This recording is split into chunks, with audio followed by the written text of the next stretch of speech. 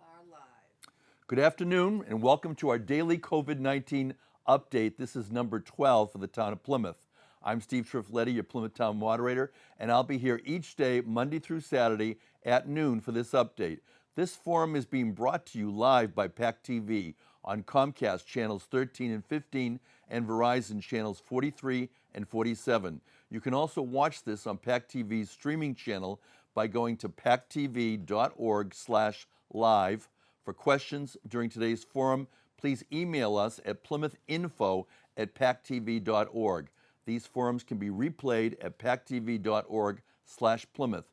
Today's participants include Selectman Chair Kenneth Tavares, State Representative Matthew Muratore, Amy Naples, the Executive Director for the Plymouth Area Chamber of Commerce, and also joining us, Jonathan Beater. He is the Director of the Department of Public Works.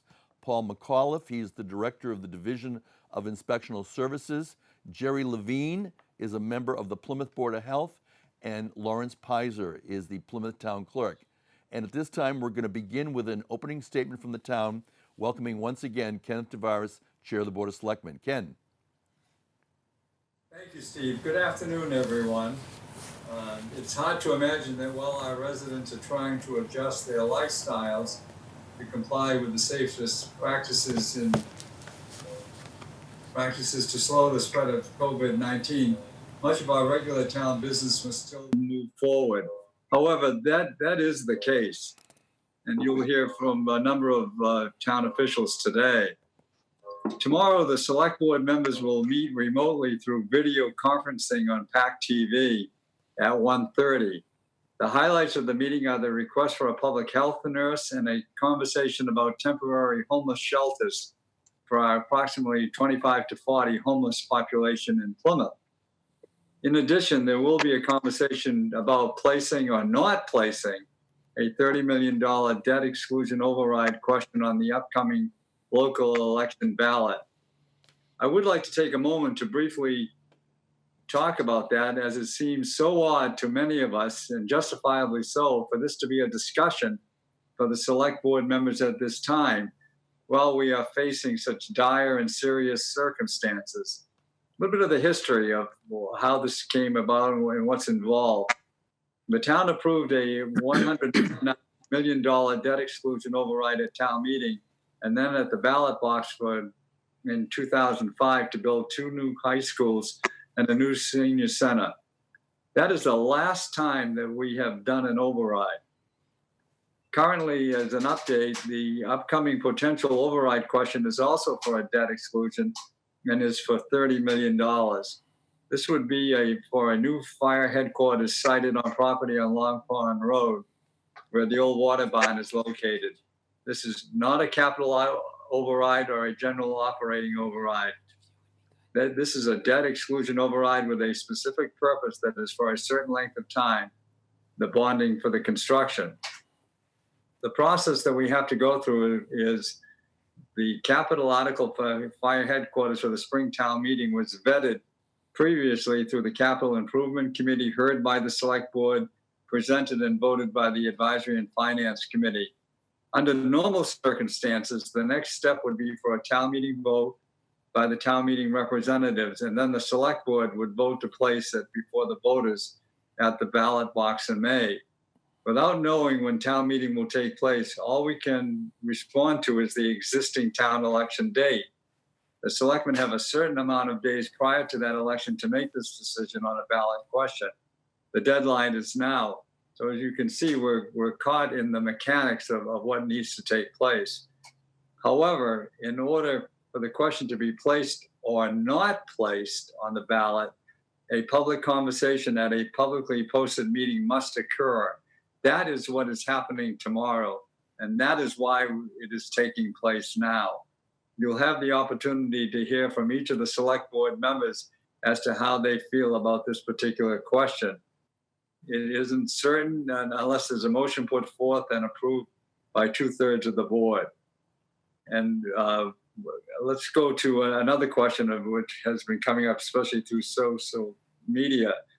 Why does an override conversation have to take place now? Certainly, the Select Board's decision has become more complicated. not just because of the precarious situation with COVID-19, but because of timing, specifically the unknown date for the continued spring town meeting and the existing local election date that is currently scheduled for Saturday, May 16th. I would just like to repeat what so many may not know is that there is a set number of days prior to an election during which the selectmen can vote to put a question on the ballot. That time frame has not been extinguished or lifted due to existing uncertainties. The selectmen's deadline is now, both for purpose of government transparency and to meet the legal requirements of the open meeting law. A public conversation with a publicly posted agenda must occur. Setting aside the existing unpredictability about the spread of the virus, the economy, the health of our residents, and the dates of town meeting elections and town meetings, the need for improvements to our fire station has not declined and still needs local discussion. All of this will be the focus of the select board meeting tomorrow about the ballot question this coming Tuesday. For those that want to tune in, members of the public who wish to watch the meeting may do so in the following manner. Turn into channel 15, the government access channel, or go to pactv.org and watch us live. If you have questions about the meeting or want to participate, use the public call-in line at 508-322-3383 or email Chris Badot, B-A-D-O-T, at townhall.plymouth.mass.us. In addition, there's one other point that I'd like to cover because of conversations that took place over the weekend.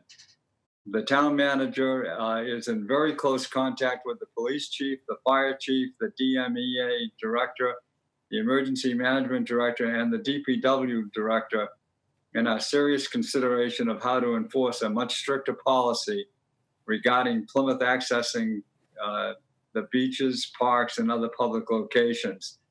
Together, steps are the ones that we are reluctant to take because we encourage those living together and living along to get outside and walk with proper social distancing, hygiene practices, and good sense.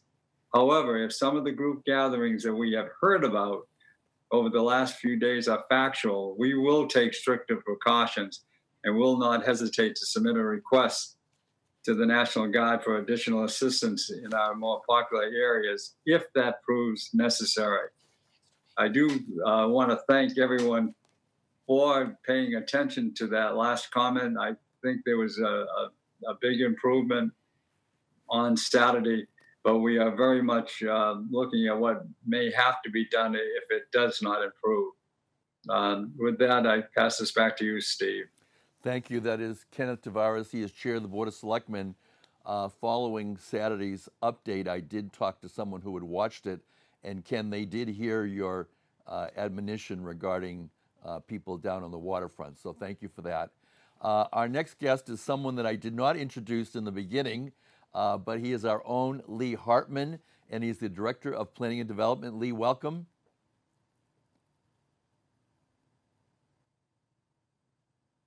And Lee, go ahead. Yeah, thank you very much. So again, my name's Lee Hartmann, Director of Planning and Development for the town.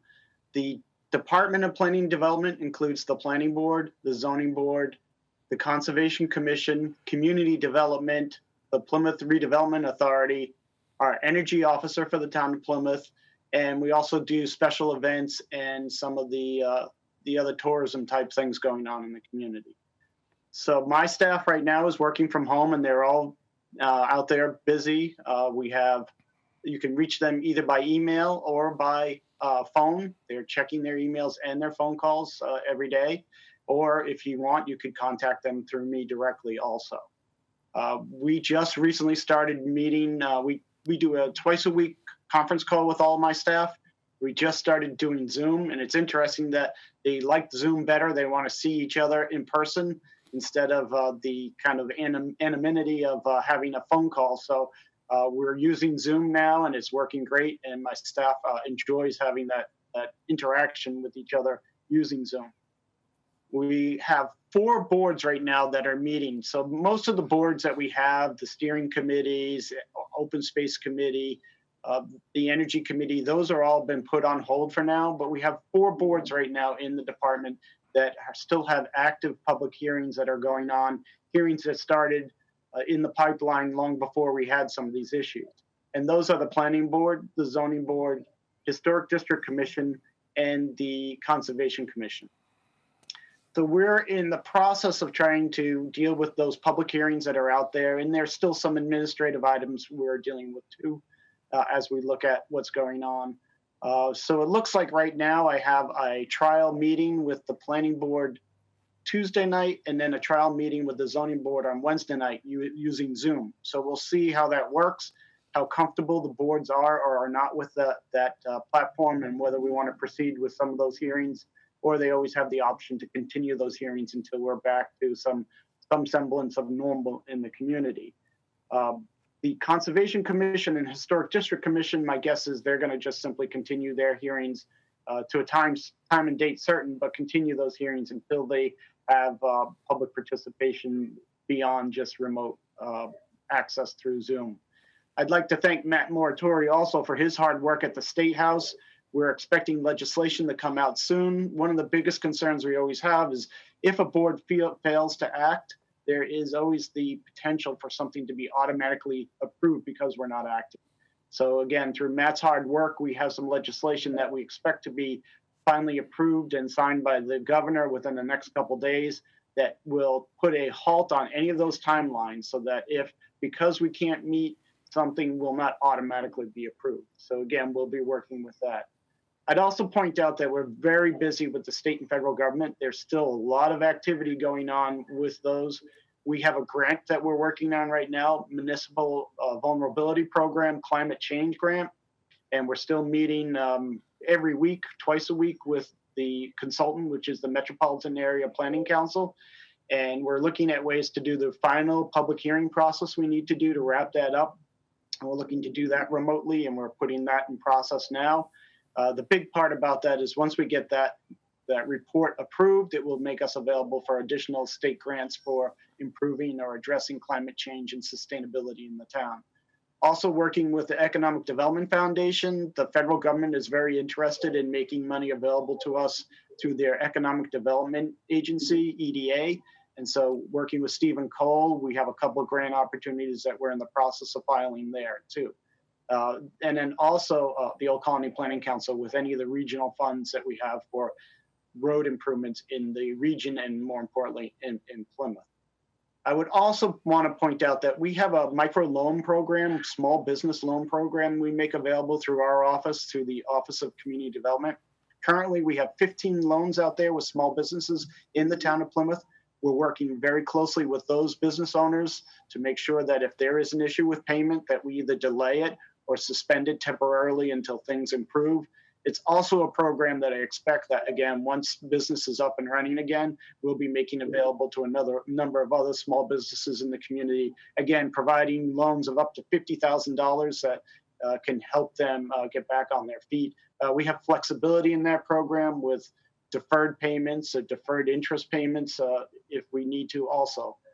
So we'd be working with that. And then my final comment would be, with the stimulus package out there, we have, as I mentioned, a few things: community development, there are community development block grant funds that come from the federal government. We have the EDA funds that come through the town. We also have money that comes through the Old Colony Planning Council.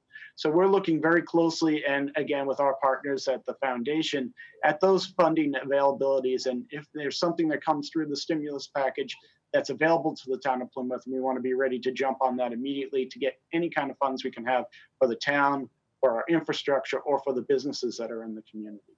So I think you have a full list of people on tonight, so I'm going to wrap it up there. Thank you. And that was Lee Hartmann. He is the Director of Planning and Development for the town of Plymouth. Our next participant is Jonathan Beater. He is the Director of the Department of Public Works. Welcome, Jonathan. Thank you, Steve, and good afternoon, everybody. Appreciate it. The show is a great platform for everybody to get information. But the most important thing that I want to bring forward today is just that the DPW is accessible, and if you need us, you can contact us. John, JB, if you can unmute yourself, you just muted yourself. We can see you. Go ahead, try again. We heard you before. How about now, Steve? There you go. Continue. Okay, sorry about that. So the most important thing for Public Works is for everybody to know in the town is that we are accessible. We are here. What we've been doing is just making sure that we're satisfying all your regulatory requirements and responsibilities on the water and sewer side. The other thing is, we want to make sure we're meeting service needs, we're supporting other departments, and we're providing emergency response 24/7, which is typical for us. Staff's been great, accessible. We have spoken with a lot of residents, and we continue to do that. One of us have been in the office every day, Monday through Friday. I'm here right now, try to get here multiple hours during the day just to make sure we can return phone calls, address payroll issues, and things of that nature. I have provided PAC-TV with another updated list as far as contact information, but we are trying to make sure our employees are safe when they're on the job. We've had about a dozen employees here every day making sure they're doing the rounds of the water stations, sewer stations, collecting trash, the municipal buildings, and some of the parks. If anybody needs to get a hold of us, they can contact me directly at 508-830-4162, extension 12107. Just like planning, we have multiple projects that are ongoing. The state is here wrapping up Taylor Ave, Oberry Street, Exit 5 work, multiple projects, private, public projects are still continuing, and we will keep everybody posted and aware of those things. Transfer station is, as everybody knows, we're open 3 days a week, Friday, Saturday, Sunday, 8 to 4 p.m.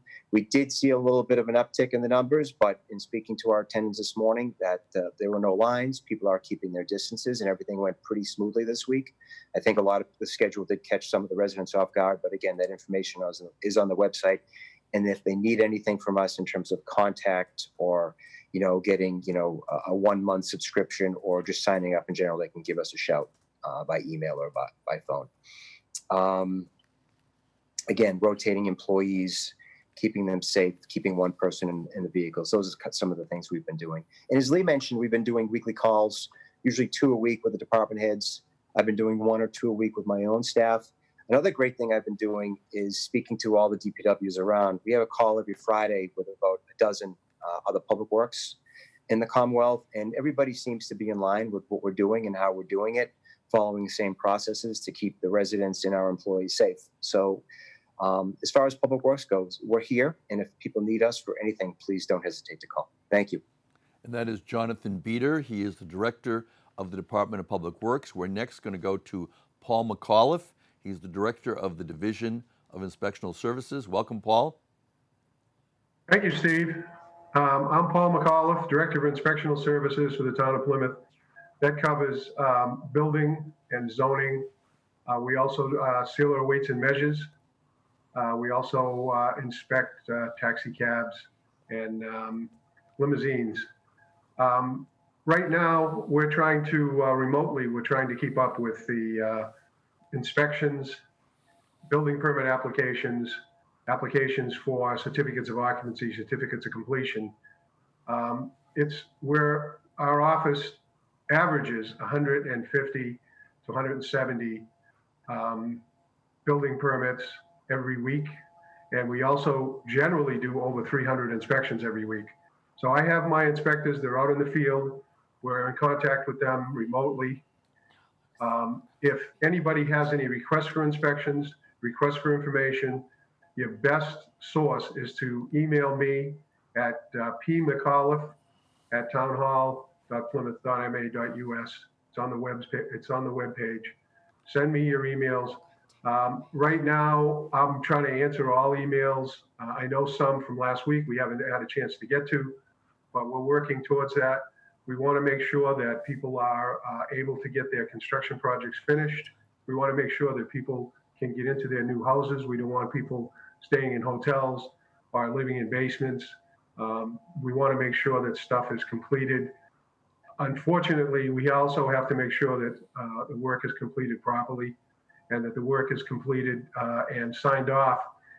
We have, if it's a septic system, we do need approvals from the Board of Health. If it's a town sewer, we do need approval from the town sewer system. We have to make sure that all of that is done correctly. The fire department sign-offs right now can be put off for 90 days. The fire departments in the Commonwealth of Massachusetts have passed a recommendation that any new house, they can have a inspection within 90 days.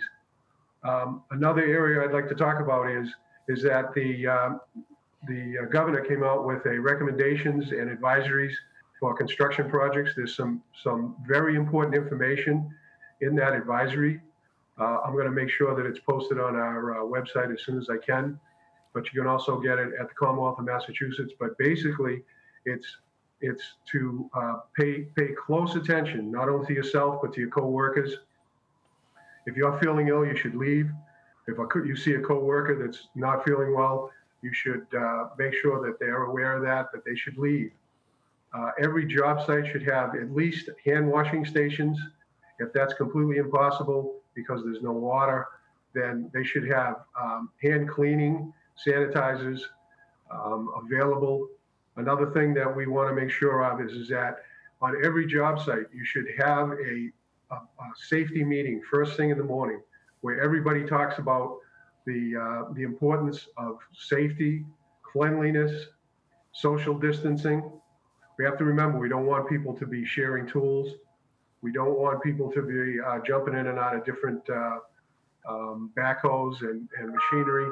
If you have to use something that has been used previously by someone else, there should be sanitary wipes available so that you can clean prior to getting in, and you should clean as you leave. We're trying to keep construction projects going. If you have any problems, please give me an email. That's the best way to contact me. We're keeping track of the emails, trying to keep track of the voicemails that are coming in also. So contact us. We'll try to do the best we can for you. Just remember, we're not at town hall and everything is being done remotely. Thank you, Steve. Thank you, and that was Paul McAuliffe, and he is the Director of Inspectional Services. We'll now be joined by Amy Naples. She's the Executive Director for the Plymouth Area Chamber of Commerce. Welcome, Amy. And Amy, if you can join in. Thank you. Sorry about that. Hi, Steve. Hello. Everybody. Thank you again for having me. Businesses are certainly eager and wanting to learn more about the CARES Act. And certainly all weekend, I've received a number of questions regarding the Paycheck Protection Program, which is one of the largest sections of the CARE Act. And it sets aside $350 billion in government-backed loans. And it is modeled after the SBA 7A loan program. So the PPP creates a type of emergency loan that can be forgiven when used to maintain payroll through June and expands the network beyond the SBA so banks and credit unions and other lenders can issue these loans. The basic purpose is to truly keep Americans employed and to rehire laid off workers that have lost their job to COVID-19 disruptions.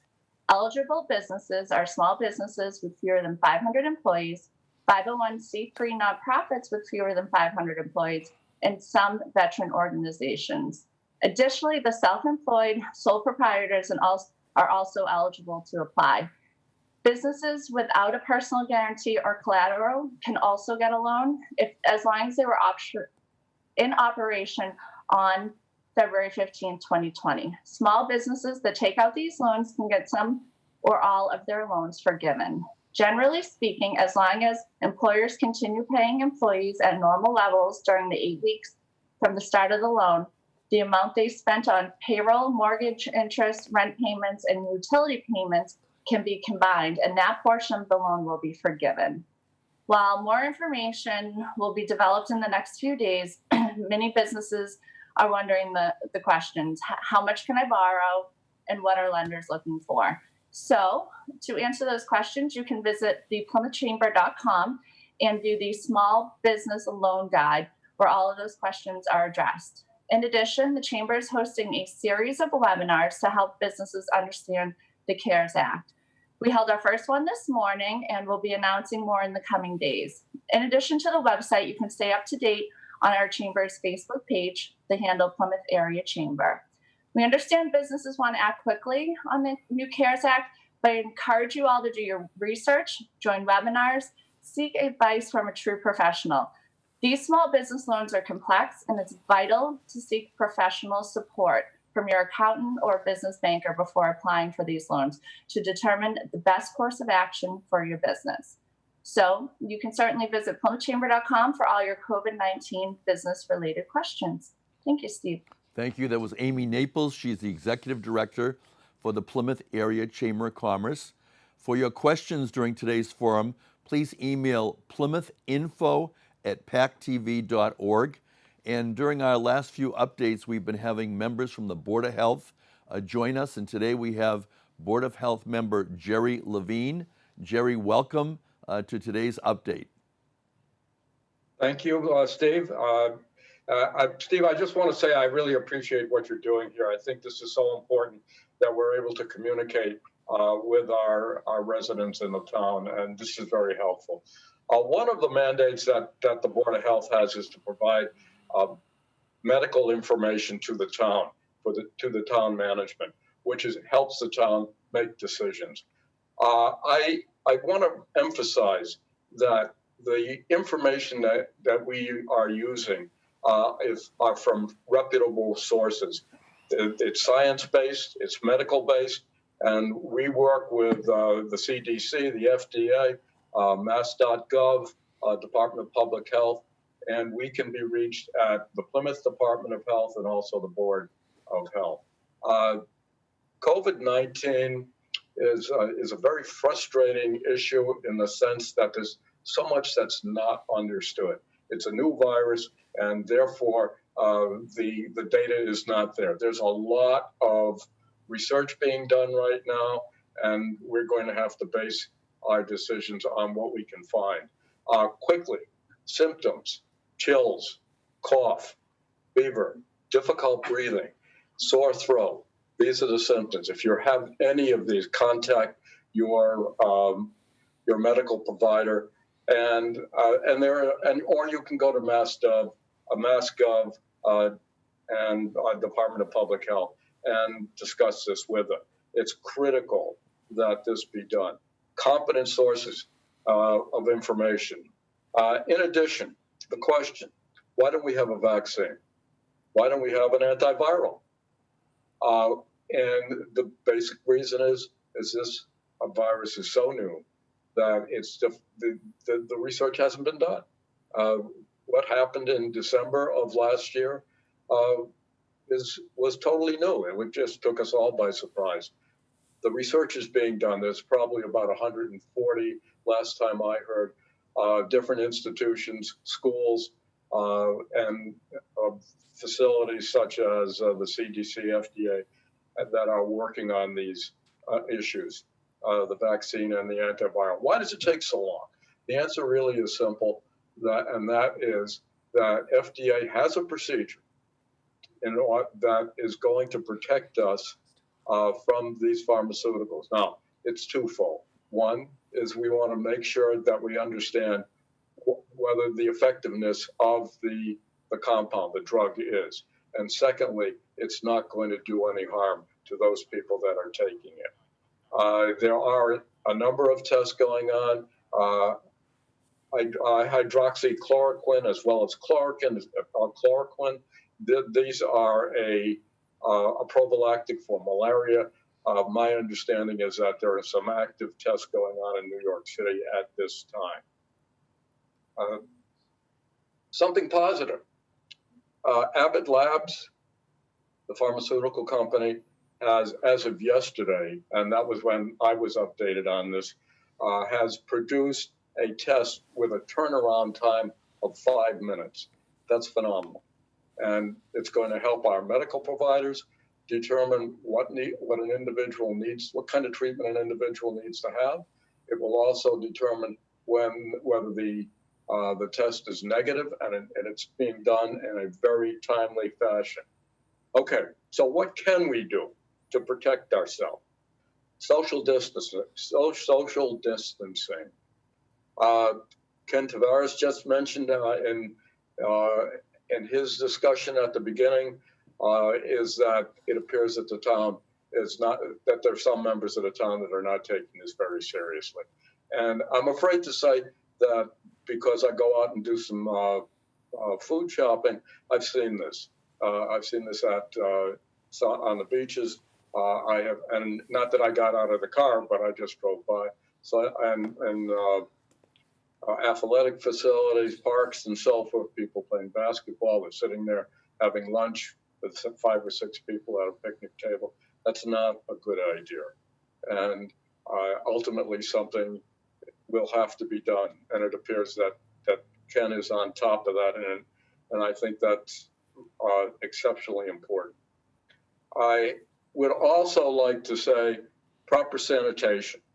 This virus appears to be spread by droplets that get on counters, door handles, and we take it home and we touch our face. I'm not touching my face. Just looks that way. But we have to be careful about this. You go into a supermarket, go to the cart. There should be wipes there. Wipe down the handles and anything else that you're going to be touching. It's critical. That's how it's being transmitted. It doesn't appear that it's airborne. The question is, how long is it viable? How long is it active on the surface of a counter? Well, it's a problem with data again. We're not exactly sure. The information that I've been seeing is 48 to 72 hours. And it probably has something to do with the surface of where it lands, such as the permeability of it, whether it's a hard surface or not.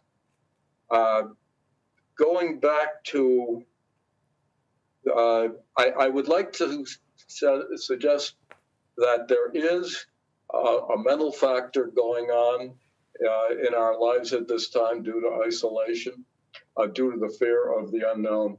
There is a very good helpline, and it is called Disaster Distress Hotline. I was told that it would be up on the screen, but I'm going to give it to you. It's an 800 number. It's 985-5990. And it's, if you're having some problems and you want to talk to somebody, they will have counselors there that can help you. And it's critical. Don't let this dominate your whole life. It's a hard thing to say, and it's a hard thing for me to say. One important thing is that mental counseling service, as well as medical service, are now being provided through telephones. And the telephone conference will be paid for by your insurance company. That is being dealt with at this time. It's a great idea, and it protects the caregiver, it protects the individual. And you can talk to these people about whatever you would like to talk about. A number of meetings ago at our board meetings, we meet bi-monthly, and we had one of our members, Nancy Gantz, brought up the subject of a public health nurse. And we sat and listened to what she was saying. She explained in great detail what a public health nurse does. And I'm going to give you a little bit of information on what a public health nurse, his or her activities will be.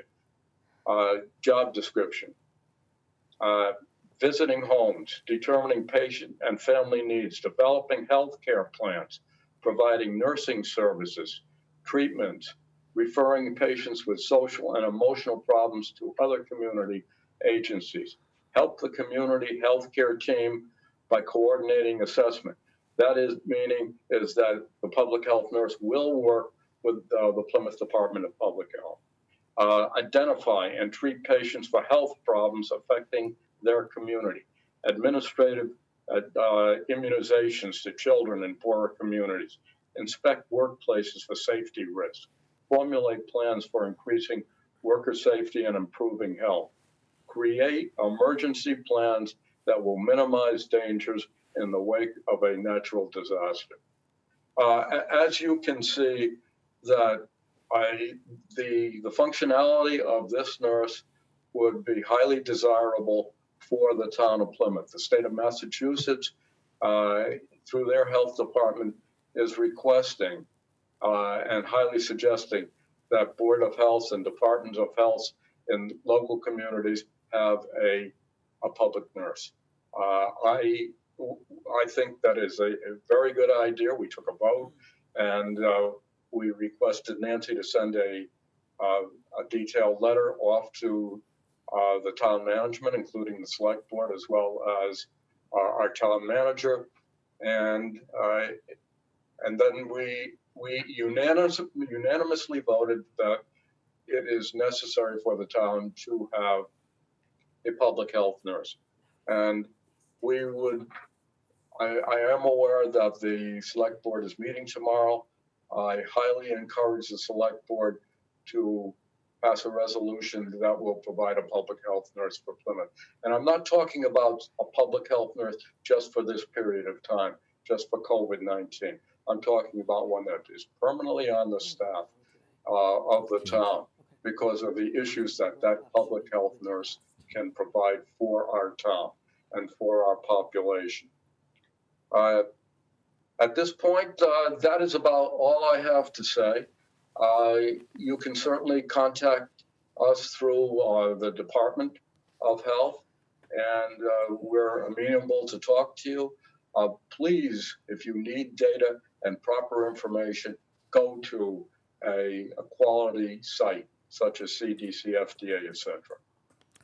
Happy to take questions if there are some when available. Thank you. Thank you. That is Jerry Levine from the Plymouth Board of Health.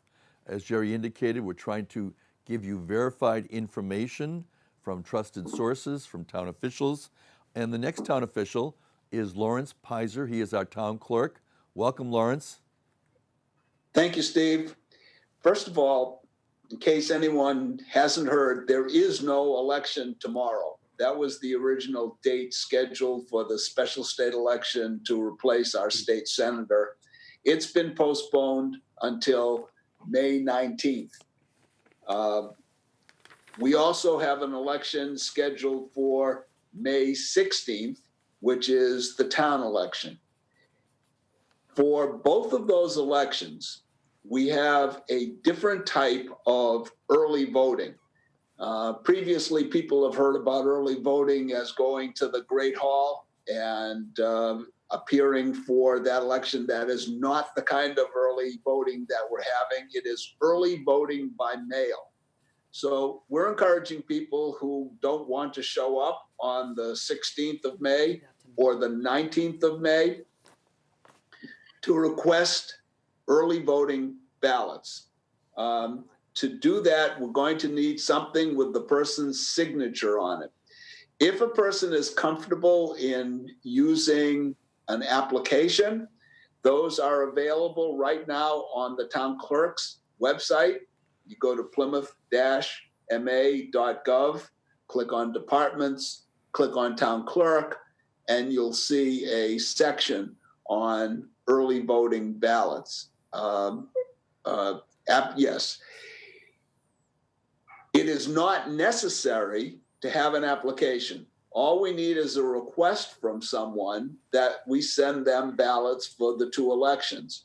It works perfectly well for a person to sit down and write out a piece of paper that says, please send me early voting ballots for the elections of May 16th and May 19th. My name is whatever. My address at which I'm registered is whatever, and the address to which I would like the ballot sent is whatever. And then we need a signature. If you take a picture of it with your cell phone, or if you have the ability to scan, that's perfectly fine. You can then email those to lpizer@townhall.plymouth.ma.us, or you can mail them to Town Clerk, 26 Court Street. Let's be clear, there isn't anyone at the office normally, and therefore you won't get your ballot immediately. We believe that town hall is likely to be closed through the last week in April at the earliest. And therefore, while we do encourage you to send in those applications, don't be nervous if you don't get a response from us. As far as the town election is concerned, last Friday was the deadline for candidates to apply. And I know that there were candidates who applied by putting their nomination papers in the Dropbox. There were other candidates who applied by using the US mail. I will be at the office tomorrow verifying the signatures on all of those applications that I've received. On Wednesday, there will appear on the town clerk's website a list of candidates. If you believe that you have submitted papers and you don't have anything from me showing that you are on the list, please feel free to contact me. The same email address that I gave you before, or you can call my office number, 508-322-3302, and I will respond. As far as the other work that the clerk's office does, the only thing we can tell you that is available right now is birth and death certificates. If you need a birth or death certificate, you can apply by going again to the town's website, plymouth-ma.gov, go to online purchases and make a purchase of the birth or death certified copy that you need. We will provide it. One of the things I plan to do tomorrow is to be up to date on all of those applications. So we won't be able to provide it in an immediate fashion, but we will be able to provide it probably weekly. As far as one other matter, I think it's already been mentioned, but worth mentioning again, the deadline for the Board of Selectmen to place an override on the town ballot is 35 days. So if it's the case that the town election actually occurs on May 16th, we are talking early April as the deadline for them to inform the town clerk when he produces the ballot that is to go on the ballot. So those are the matters that are before the town clerk. Feel free to contact me, and we will get back to you. All of the clerk's office staff is checking voicemail on a daily basis. Thanks, Steve. Thank you. That is Laurence Pizer. He is the town clerk for the town of Plymouth. Normally, after we complete the original presentations from our panel, we go to a Q&A, but in view of the time, I'm going to give our next participant a question. And this is going to go to Matthew Muratore, who is going to provide us with a state update. And Representative Muratore, the question is, if you know, how many current COVID-19 cases are there in Plymouth, how many have hospitalized, and how many have recovered? And welcome, Matt. Thank you, Steve. Yes, I was actually going to start with the numbers today. But before I start with the numbers, I'd be remiss as a healthcare consultant to acknowledge that today is National Doctors Day. So we really need to tip our hats to the medical community today and every day, but particularly today because of what they're doing for all of us. So happy Doctor's Day to all those medical people out there. And also this March was National Social Workers Month as well.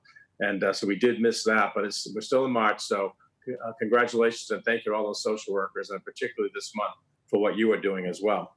The numbers as of yesterday, as of Sunday, March 29, there were 39,066 patients that have tested. And of those, 4,955 were tested, were confirmed cases. And with that, there were 48 deaths. To answer that question, Steve, let me open this up to answer that. But I also wanted to give too the number by age category as well, once again, because it is split. It is split between ages. So this is really affecting every age category. But for the younger folks that do get it, you can actually transmit it to somebody who is not feeling well or not doing well, has underlying conditions, and particularly to our seniors as well. But real quickly, the number of between the ages of 20 and 29, there were 842 cases. Between the ages of 30 and 39, 866 cases. Between 40 and 49, 810 cases. Between 50 and 59, 953 cases. Between 60 and 69, 686 cases. And over 70 years old, there's 690 cases. And less than 19 years old, there's 101 cases. And right now, the patients that are hospitalized, out of those 4,955, 399 are actually hospitalized at this point. Now, with that, Steve, let me just real quickly, I don't have a lot today to go over. The governor will be on at 1 o'clock today, so we'll get more information today. But just a couple of reminders on a couple of things. The Census Bureau, the census is out now. So people can actually go remotely to start working on the census. So you all got the information in the mail. That's still going to go on. So encouraging people to do that. Inspection stickers. Just a reminder that your inspection stickers on your cars are delayed by 60 days. So if you have something that's expiring on March 31st, then of course that will be 2 months from now, which will be May 31st. And again, April 30th will be delayed till June 30th. Over the weekend, the governor put out a call to donate blood, as we've been talking about on every show here today, this past week and a half, 2 weeks. The Red Cross is in desperate need of blood. So if you can give, please give. There's also a new online portal. The state is looking for volunteers and PPE, protection equipment, personal protection equipment. There's an online portal. If you go to COVID PE procurement and donation programming under mass.gov, you'll find some more information on that. Also, as an update, unemployment is still an issue for a lot of people. If you have questions on unemployment, there are still town halls that are happening every day this week. Today at 2:05, tomorrow at 1:45, Wednesday at 12, and then Thursday and Friday. So go to mass.gov for unemployment town hall meetings if you have specific questions with regard to your unemployment. And the federal guidelines have been extended, as you probably all are aware at this point. The president has extended those guidelines now to the distancing now to April 30th. So that means there'll probably be more guidelines coming out from the governor very shortly as well for us here in Massachusetts. And I do want to reiterate what Lee Hartmann was talking about with regard to the municipality bill that it's passed on the House late on Friday, is now in the Senate as we speak today. In addition to that, and Steve, I know you've asked about this as well, the Senate has added language for attorneys and paralegals to notarize via video. So that is being added by the Senate today in their version. And as soon as we have final details on that, we'll be sure to pass it along to all of you. Thank you, Matt. That's State Representative Matthew Muratore. And usually each day we go around with our participants one more time for a quick message as to what would be a takeaway from today's presentation based on all that you've heard. But before we do that, just like to announce tomorrow's lineup. We'll be joined once again by Kenneth Tavares, Chair of the Plymouth Board of Selectmen, also State Representative Matthew Muratore. Stephen Cole, he is the Executive Director for the Plymouth Regional Economic Development Foundation, and Sue Giovanetti, she is the Executive Director for the Plymouth Area Coalition for the Homeless. And at this time, we're going to go back through our panel one last time. I'd like to begin with Lee Hartmann. Lee, any final thoughts? If we can go to Lee Hartmann, and he is the Director of Planning and Development for the town of Plymouth. This is our COVID-19 week. Lee, welcome. Well, thank you very much. Again, we're just here to keep going as best we can, get things ready so that when we're back up on our feet and running, we'll be out there getting new revenue and keeping everybody busy in the town. Thanks. Thank you. And we're going to go to Jerry Levine, Board of Health. Jerry, what should take away from today's presentation that you'd like people to remember? Jerry is a member of the Board of Health. And Jerry, if you can unmute yourself so we can hear you. We can hear you. Go ahead, Okay, Jerry, we hang can on. hear you. Jerry, we can hear you. Go ahead.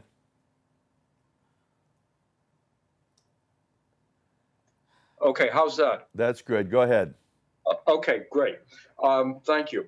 I want to go back to what we can do to protect ourselves. Social isolation. Ken is right on with his comments, and proper sanitation. Also, if you have questions and you need to talk to somebody, go to a competent organization, CDC, FDA, etc. And I want to just give the disaster distress hotline again for individuals that need to have a conversation with a mental health individual. It is 800-985-5990. This is a very stressful time, and if you want to talk to somebody that can help you, I highly suggest that be done. Steve, thank you. Thank you. That is Jerry Levine. He is a member of the Plymouth Board of Health. We're going to go to Jonathan Beater, and he is the Director of the Department of Public Works. Jonathan, your last thoughts.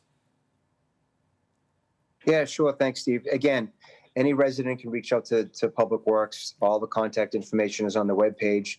Call us, shoot us an email. We will respond. We are available, and we are, working all the time. There's a lot happening. So again, if you need us, give us a shout, and we'll respond.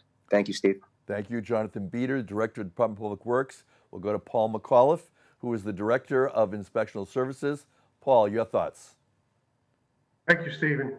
I just want to remind people that we are here, we are working, so contact us about your construction projects. The other thing is that it is good that construction is still going on, but it's very, very important that on construction sites, working in people's homes, that you practice good hygiene, that you keep social distancing, and that you do everything you can to keep yourself and everybody around you safe. Thank you.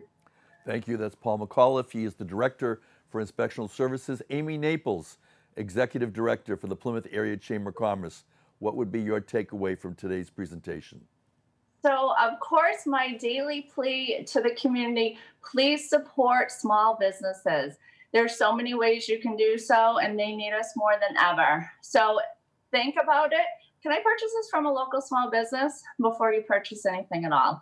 Also, I want to thank our essential employees, especially healthcare workers, police, fire, and EMTs. They need our support and gratitude more than ever as well. And as always, if I can be of any assistance, feel free to call the chamber offices at 508-830-1620, or certainly send me an email at amy@plymouthchamber.com. Distance socially and support locally. Thank you. Amy Naples, Executive Director for the Plymouth Area Chamber of Commerce. We're going to go back to Laurence Pizer. He is the Plymouth Town Clerk.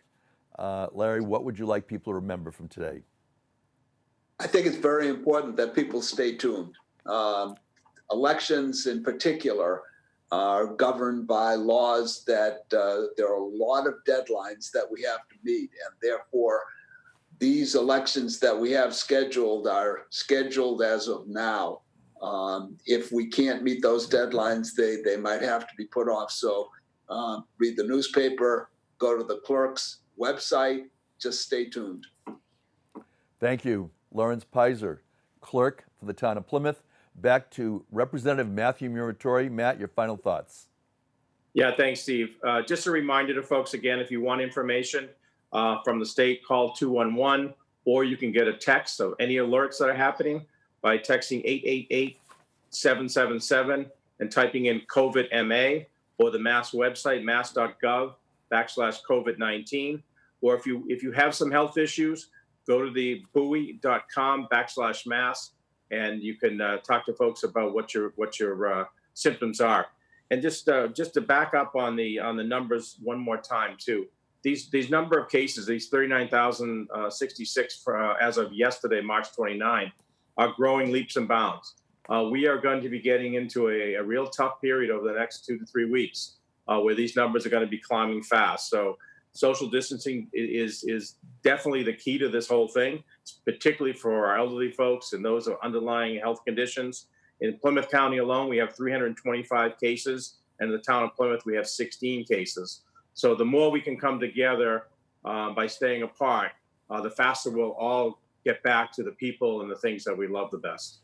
Thank you, Steve. Thank you, Representative Matthew Muratore. And now each day we close with a statement from the chair of our Board of Selectmen, Ken Tavares. Ken. Thank you, Steve. Just want to say to the people of Plymouth, thank you for what you're doing. We are making progress each and every day. We're in untested waters. Sometimes it feels like we're not moving an inch, but we are, and you're doing well. The other thing that I'd like to say is to expand a little bit on what Town Clerk Pizer said, and that there are laws and there are requirements that we have to meet. And honestly, in the days that we're in and those that are going to be following, we sometimes look and say, why in the world do we have to do that? What were they thinking? Are they nuts? Probably the answer is yes a few times. But what we're doing is we're adhering to the law. We need to have patience with one another, and also really recommend that you continue to perform those acts of kindness. I know they're not random. You're doing a good job. Hang in there, Plymouth. We will get through this. Thank you. And that's thank you to Kenneth Tavares, Chair of the Board of Selectmen. We'd like to thank all of our participants, State Representative Matthew Muratore, also Lee Hartmann, Director of the Planning and Development, Jonathan Beater. He is the Director for the Department of Public Works. Paul McAuliffe is the Director of Inspectional Services. Amy Naples, the Executive Director of Plymouth Area Chamber of Commerce. Jerry Levine is a member of the Plymouth Board of Health, and Laurence Pizer, Plymouth Town Clerk. Please join us for future presentations tomorrow. Ken Tavares, Matt Muratore, and I will be joined by Stephen Cole, the Executive Director for the Plymouth Regional Economic Development Foundation, and Sue Giovanetti. She is the Executive Director for the Plymouth Area Chamber of Commerce. You can send us your questions for the forum by emailing us at plymouthinfo@pactv.org. I'm Steve Triffletti, Plymouth Town Moderator. Good day and thank you.